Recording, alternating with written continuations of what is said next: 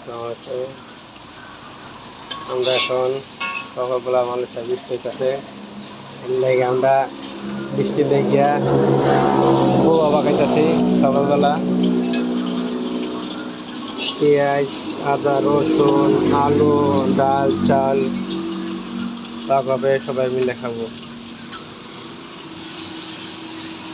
পাকানি শাক লাগাইতেছে আবু কলম ভাই, বাংলাদেশ।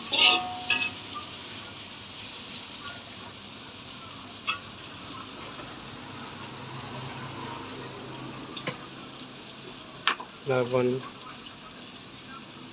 ভালো একটা রেসিপি, চাইলে আপনারা ভাগ করে খাইতে পারেন।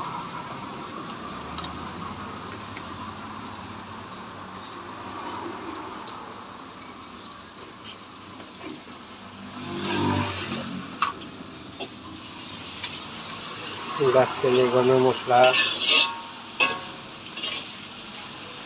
তেল, লবণ, আলু, মসুরির ডাল, রসুন, পেঁয়াজ, মরিচ,